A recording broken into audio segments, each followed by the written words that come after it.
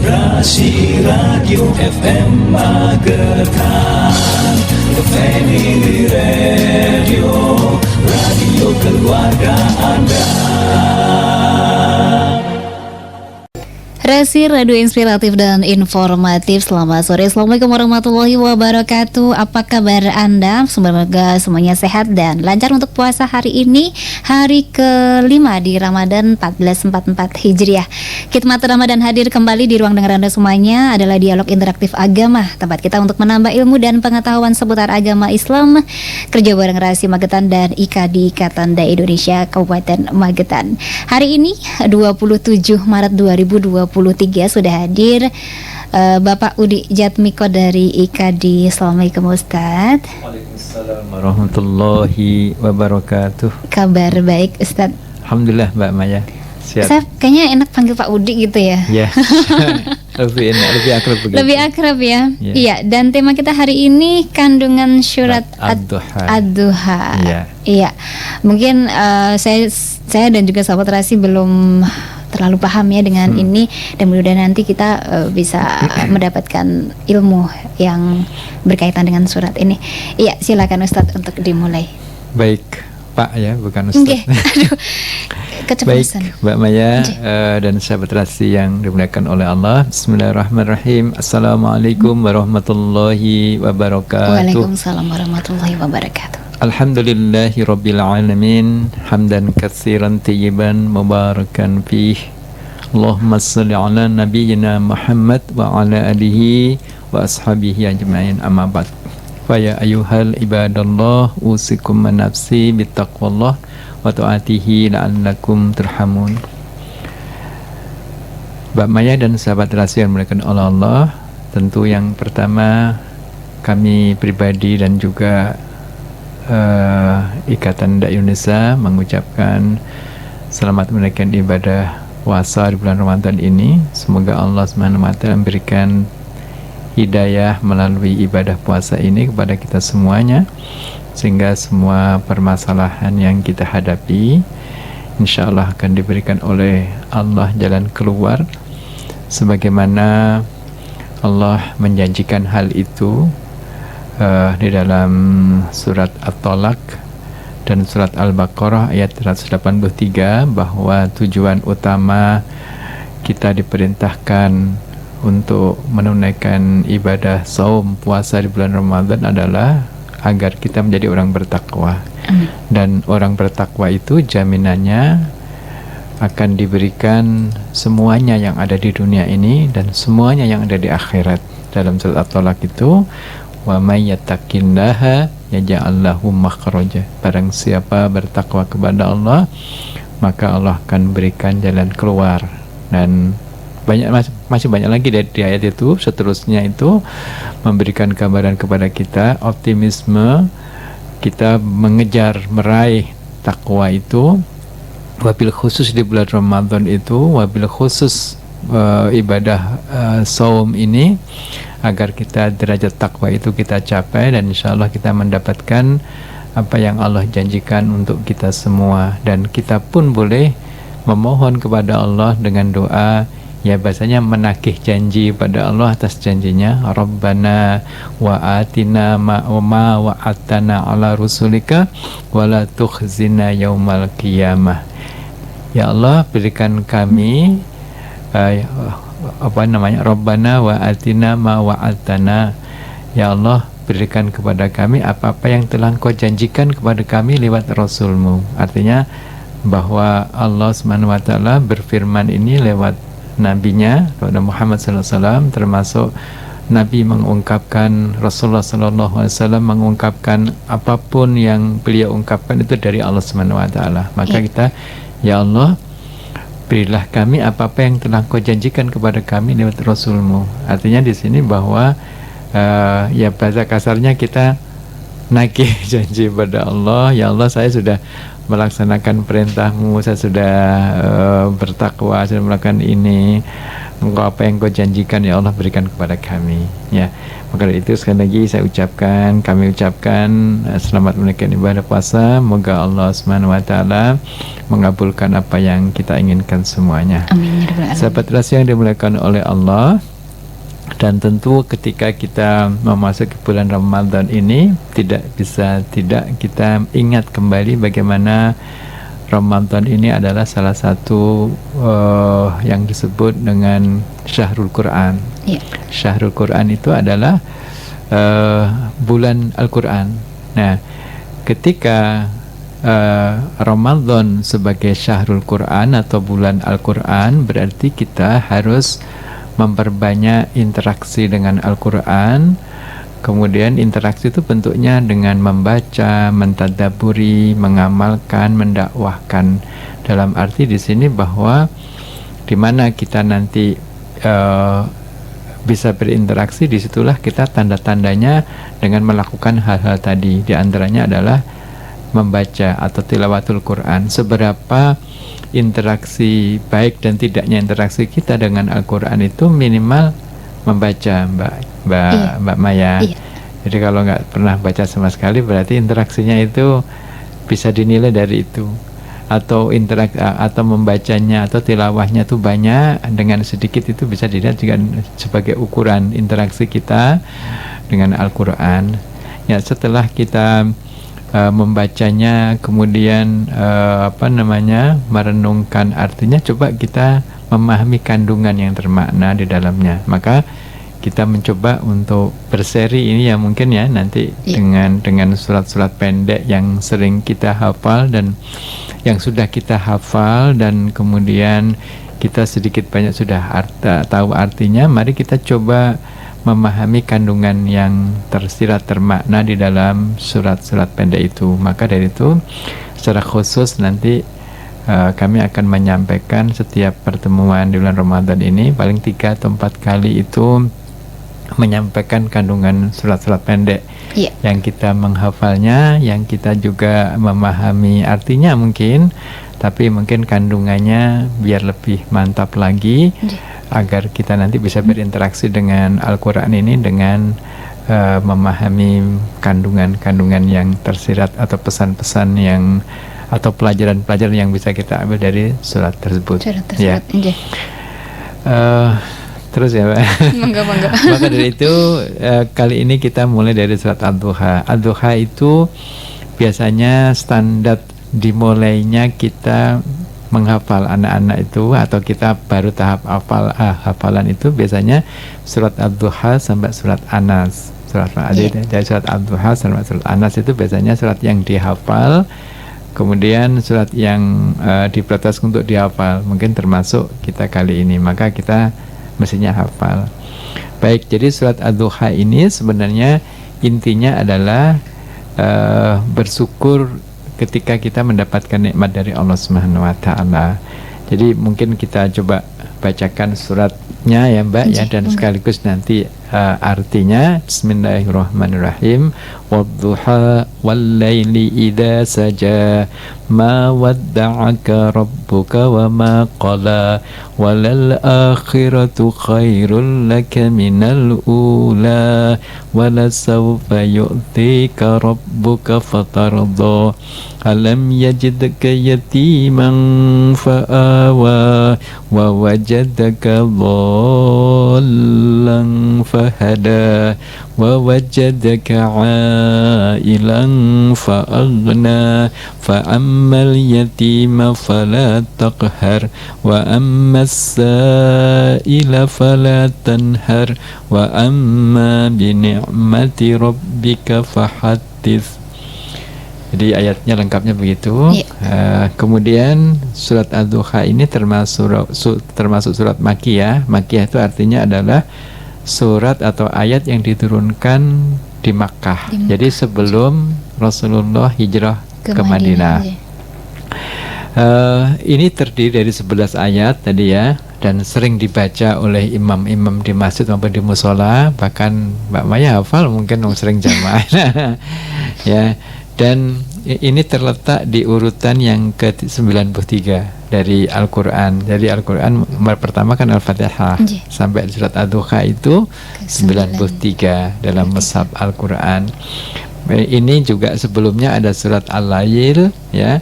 Surat ini menjelaskan keadaan dan keutamaan pemimpin orang-orang yang bertakwa, yaitu Rasulullah Shallallahu Alaihi Wasallam. Memang Mbak Maya, ayat ini atau surat ini bukan seakan diturunkan kepada Nabi Muhammad Sallallahu Alaihi Wasallam. Artinya untuk apa?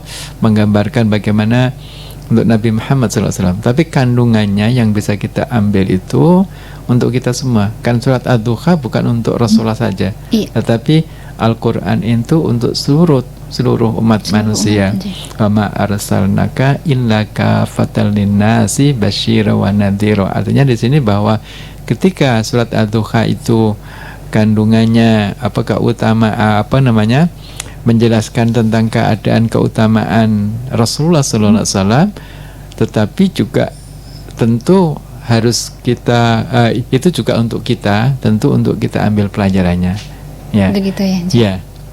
Ya, dan Sobat Terasi jangan lupa untuk siaran Khidmat Ramadan bisa Anda simak di X-Space Radio, dan Anda bisa melihat secara visual informasi yang kita sampaikan. Dan bertanya-tanya silahkan kita tungguin di 0351896137 atau di 0811302096 seputar topik bahasan kita, ataupun mungkin di luar tidak masalah ya, Bapak.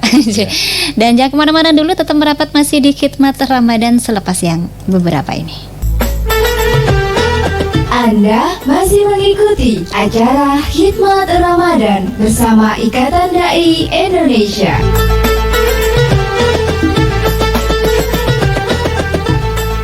Baik, saudara Simak dan seputarnya masih di Khidmat Ramadan, dialog interaktif agama untuk kita bisa menambah ilmu dan pengetahuan seputar agama Islam.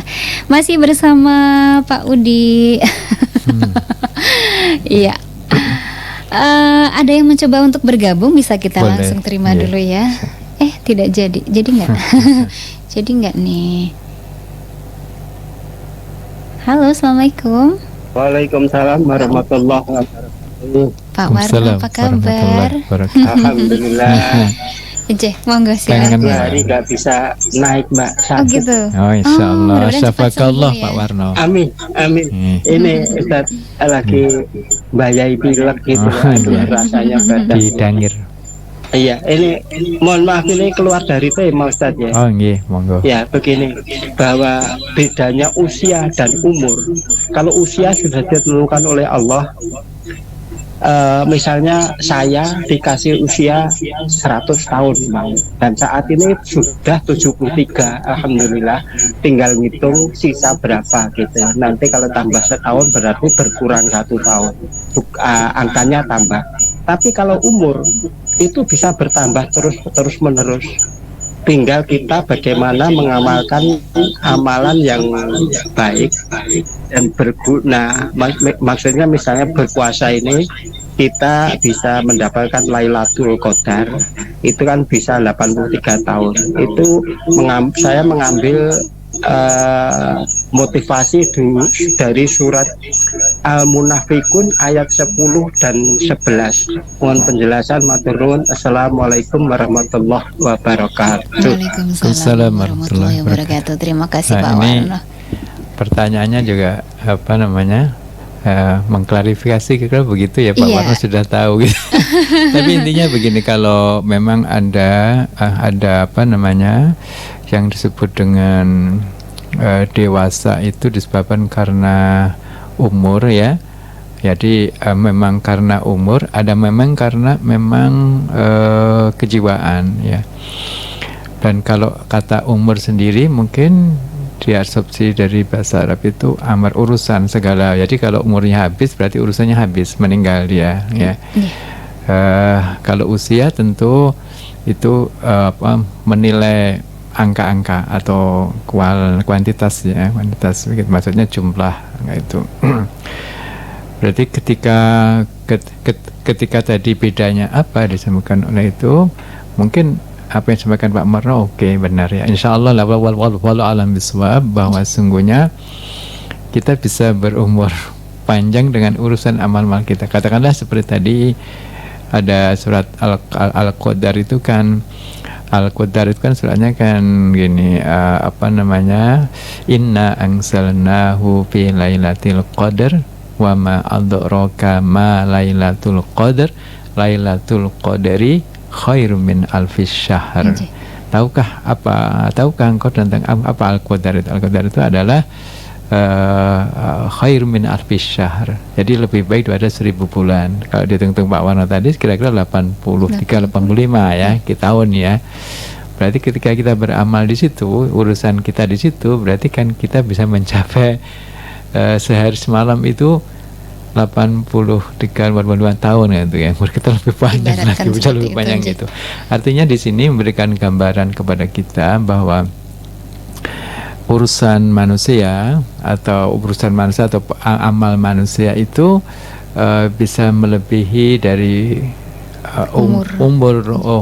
umur atau batas kuantitas usia itu. Jadi kalau kita nggak bisa dibeginikan, katakanlah umurnya 1000 tahun, berarti dia amalannya hanya 1000 kali berapa kali amal kan, begitu kan, nggak bisa begitu. Tetapi karena Rahman dan Rahim Allah, kemudian Allah melipat gandakan pada hari-hari tertentu, pada amal-amal, pada waktu-waktu tertentu, pada tempat-tempat tertentu untuk sebuah amal itu. Katakanlah tempat ini, sholat di Masjidil Haram itu nilainya sama dengan sholat di 1000 kali sholat di masjid biasa kan, begitu kan, dan seterusnya. Waktu juga demikian. Hari Jumat itu pahala kita, nilai amal kita bisa 10 kali dari amal di hari biasa.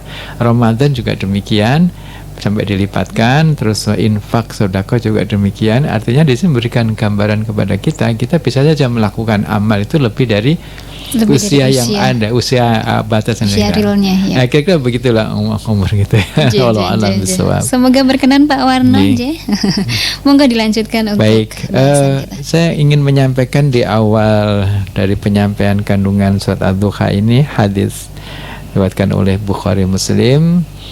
Istaka Rasulullah sallallahu alaihi wasallam falam yakum lailataini aw salasan waja'athu imra'atun faqalat ya Muhammad inni la arju ayyakuna syaitanuka qad tarakaka lam arahu qaribaka mungzu lailataini aw salasin qala fa anzalallahu azza wa jalla wadduha wal laili idza saja ma wadda'aka rabbuka wa ma qala.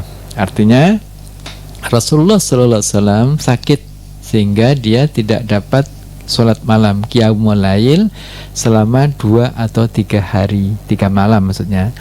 Maka seorang perempuan namanya Ummu Jamil, ini istrinya Abu Lahab ya, datang menemui beliau lantas berkata, wahai Muhammad, manggilnya begitu nyangkar tuh ya, aku berharap setanmu telah meninggalkanmu. Artinya ini kan saking bencinya kepada Rasulullah sampai dia sakit itu didongakne gitu ya, dibaca didongakne semoga setannya, naudzubillah min dzalik, dia menyebut Allah itu dengan setannya telah meninggalkanmu sehingga aku tidak mengetahui di dekatmu selama 2 atau 3 malam. Maka Allah kemudian menurunkan surat Ad-Duha itu, wadduha wal laili idza saja ma wadda'aka rabbuka wa ma qala. Demi waktu duha ketika matahari naik sepenggalahan, dan demi malam apabila telah sunyi ya.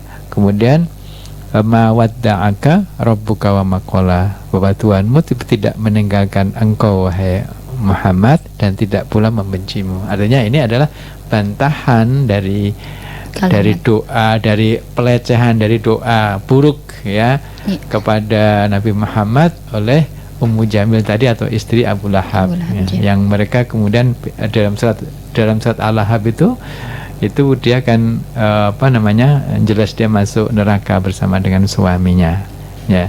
Jadi sahabat Rasul yang dimulakan oleh Allah, pelajaran yang bisa kita ambil, atau tadi tema kita kandungan makna yang bisa kita ambil pelajaran gitu ya Mbak Maya ya. Dari surat Ad-Duha. Ya. Jadi surat yang ditujukan khusus kepada Nabi Muhammad SAW ini juga memberikan pelajaran kepada orang-orang yang beriman. Di antaranya yang pertama, bahwa kehidupan itu tidak selalu terang benderang, ya, waktu duha, seperti waktu duha itu maksudnya gitu. Yeah. Dan tidak selalu indah sebagainya waktu duha. Waktu duha itu waktu yang paling orang tuh senang, suka bergembira. Karena baru terbit matahari, bawahnya masih segar, belum panas, masih semangat, habis tidur malam itu ya semangat, pokoknya seneng-senengnya waktu duha gitu lah kira-kira gitu. Waktu produktif mungkin bahasa sekarang ya. Namun akan terjadi kegelapan sebagaimana malam yang kelam. Karena itu kita jangan terlena di saat kita senang. Nah, dan segalanya akan terlihat indah, menyenangkan. Jadi jangan senang waktu kita tapi kemudian suatu ketika nanti akan hadir terpaan malam. Malam itu kan mungkin musibah gitu ya, kegelapan, yang menjadikan hidup itu terasa kelam. Jadi ini begitu, hidup manusia itu harus dikontrol begitu Mbak Maya ya. Senang tidak terlalu terlena pada saat ada di dalam kegelapan, jangan larut. Pinter ya. Mungkin begitu. Ya lama-lama jadi pinter namanya ini. Ya, Masya Allah. Amin. Alhamdulillah. Kemudian yang kedua, pelajaran yang bisa kita ambil, ketika kita mendapatkan terpaan musibah atau hal-hal yang berpotensi untuk menjadikan hidup kita itu terasa gelap, maka hendaknya kita juga selalu yakin bahwa waktu duha itu akan muncul, tiba besok, akan datang besok. Semakin gelap malam, ya, itu pertanda waktu duha semakin dekat. Kan begitu toh? Amin. Kalau malam-malam itu kan nanti makin berat, itu mesti waktu duha akan datang gitu. Yes, maka janganlah kita putus asa dan janganlah kita berprasangka buruk kepada Allah Subhanahu wa taala. Sebab Allah Subhanahu wa taala selalu mencintai dan menjaga hamba-hambanya. Itu harus kita pahami begitu. Sehingga dengan saya mulai mengerti dan saya akan mulai berpikir ke sana bahwasanya akan lebih dekat dengan waktu duha berikutnya. Insya Allah. Baik, dan Sobat Terasi masih di khidmat Ramadan. Beberapa informasi berikut kita hadirkan terlebih dahulu. Selanjutnya kita akan kembali lagi untuk Anda. Anda masih mengikuti acara Khidmat Ramadan bersama Ikatan Dai Indonesia.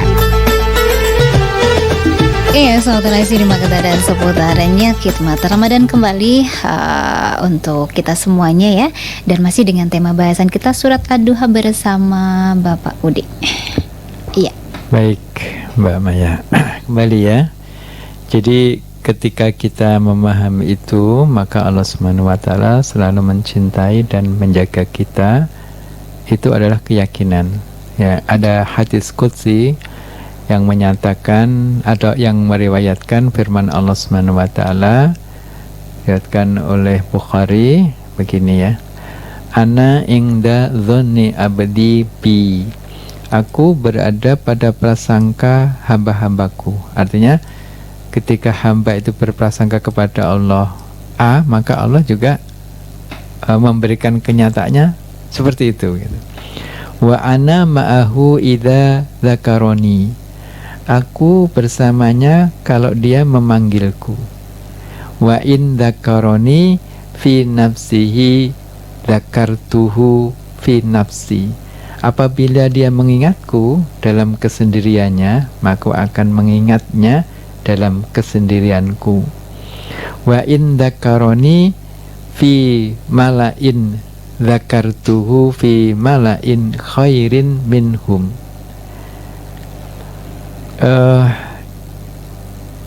Maka aku mengingatnya pada kerumunan. Maksudnya begini, maka aku mengingatnya dalam kesedihanku. Apabila dia mengingatku di tengah kerumunan, maka aku mengingatnya pada kerumunan yang lebih baik, ya, yang lebih baik.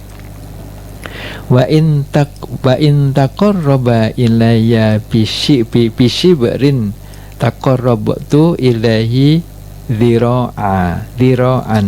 Jadi apabila dia mendekat kepadaku sejengkal, maka aku mendekat kepadanya sehasta. Wa in taqarraba ilayya dhira'an taqarrabtu ilaihi ba'an. Apabila dia mendekatku sehasta, maka aku akan mendekatnya sedepa. Ya. Wa in atani yamshi ataituhu harwalatan. Apabila dia datang kepadaku dengan berjalan, maka aku mendekatinya kepadanya dengan berjalan cepat.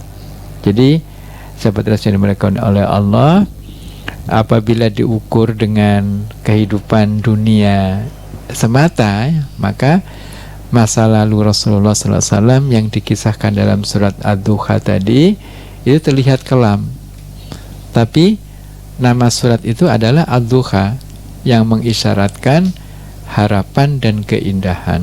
Jadi kelamnya kehidupan duniawi ini biasanya terpusat pada 3 hal. Maksudnya orang itu dianggap kelam ataupun dianggap banyak musibah itu biasanya pandangan manusia itu seputar 3 hal. Yang pertama, dia ditinggalkan orang-orang terdekat dan tersayangnya. Itu biasanya dia merasa, wah ini kelam banget ini. Apalagi ditinggalkan dalam keadaan belum mempunyai kemandirian, masih butuh pendampingan, pembiayaan, ya. Maka di dalam tafsir Al-Jalalain menyatakan bahwa yatim, ya, itu adalah kehilangan ayah sebelum dia terlahir di dunia dan setelah dia lahir di dunia sampai dia balik. Jadi kalau sudah gini namanya bukan yatim. Yatim itu sebelum dia bisa mandiri. Ya, sekarang mungkin ada sampai SD atau bisa sampai SMP. Kadang SMP sudah bisa mandiri ya, Mbak, sudah bisa kerja ya. Nah, itu sudah bukan yatim kalau bukan yatim. Yang kedua, tentang apa? Dia tidak memiliki pengetahuan dan petunjuk jalan yang mengarahkan pada kebahagiaan. Nah, ini juga seakan-akan seperti kelam gitu, ya. Maka itu dalam surat Duha itu wa wajadaka dholang fahada, dan dia mendapatimu ya Rasulullah sebagai seorang yang gak tahu apa-apa, bingung gitu, mau kemana ya, fahada, maka Allah kemudian memberikan hidayah. Jadi sebenarnya orang yang penat, kelam itu karena memang dia gak tahu mau apa ini, gak ada solusi lah.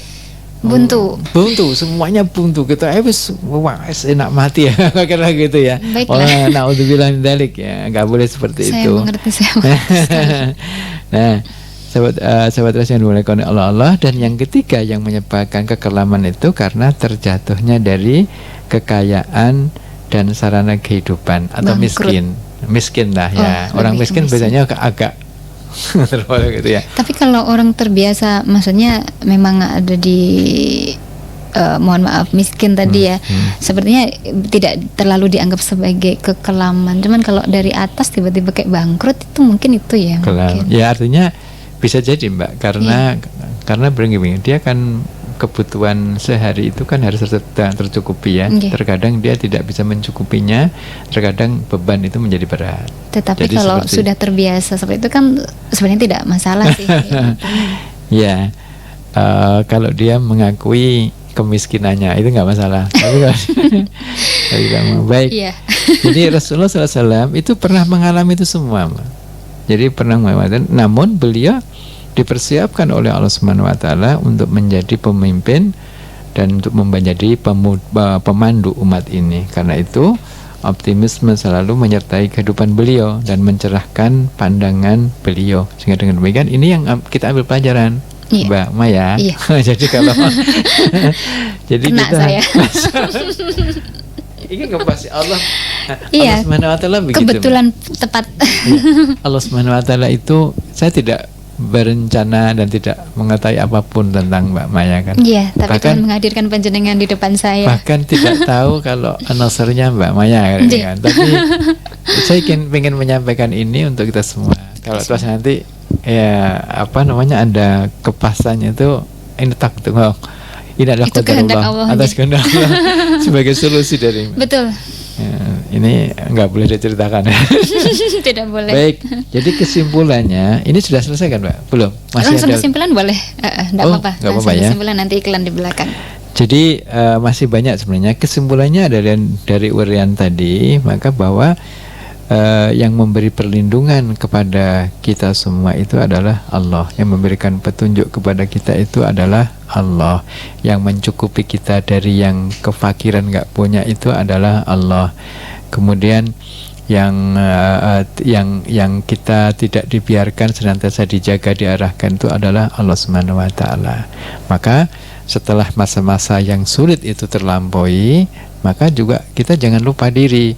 Kadang kita setelah ini selesai, kan suatu ketika waktu itu bagian dari solusi kan begitu intinya Pak ya. Jadi bahasanya begini, kalau ada Bisa masalah itu menyembuhkan. dituwok nih rampung bahasanya begitu. Iya. Karena itu waktu itu adalah bagian dari solusi. Jadi kalau kadang-kadang kita itu terlalu emosi, harus diselesaikan saat ini juga, itu kadang-kadang sesuatu yang mungkin memaksa yang dan nanti hasilnya kadang-kadang mengecewakan kita. Tapi kalau kita bersabar, memahami tentang waktu bagian dari solusi, itu insya Allah nanti itu juga akan memberikan yang terbaik untuk kita. Jadi sahabat Rasi rahimakumullah, maka dari itu setelah masa-masa tadi kita tidak boleh lupa diri ya, dan semua nikmat yang Allah berikan itu berupa adalah sebenarnya bentuk ujian.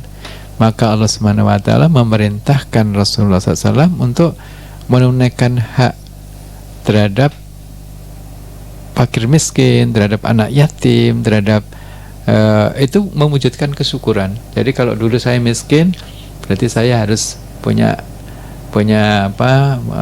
kepedulian kepada orang fakir miskin, rasanya orang miskin itu begitu ya, maka dia Ketika berpunya. memberi ya. Kemudian termasuk bagaimana saya juga anak yatim Mbak dulu maksudnya waktu kecil saya ditinggal oleh bapak saya di saat saya masih usia 2-3 tahun ya.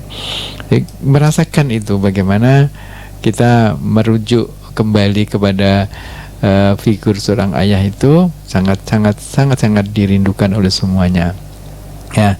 Maka dari itu sahabat yang dimuliakan oleh Allah, mudah-mudahan kita menseimbangkan di saat-saat kita berada di sebuah kenikmatan, dan kita harus siap juga nanti suatu ketika kekelaman itu akan datang. Juga demikian ketika kita berada di kegelapan, maka kita jangan putus asa, tetap semangat dan senantiasa bersabar untuk menjalani semuanya. Insya Allah nanti akan datang waktu duha, waktu keceriaan, waktu kebahagiaan. Nggak tahu Allah takdirkan seperti apa.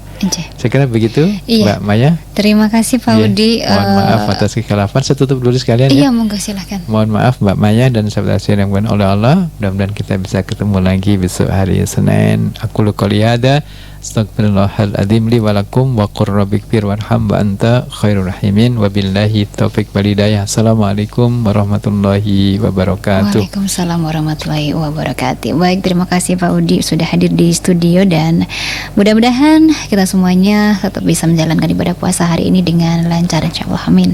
Dan terima kasih untuk Anda sahabat Rasi sudah merapat di khidmat Ramadan. Insyaallah bisa ketemu lagi di esok hari di jam yang sama. Semoga informasinya bermanfaat. Selamat sore semuanya. Wassalamualaikum warahmatullahi wabarakatuh. Terima kasih baru saja Anda ikuti khidmat Ramadan. Acara ini dipersembahkan oleh Radio Rasi FM Magetan dan bekerja sama dengan Ikatan Dai Indonesia Magetan.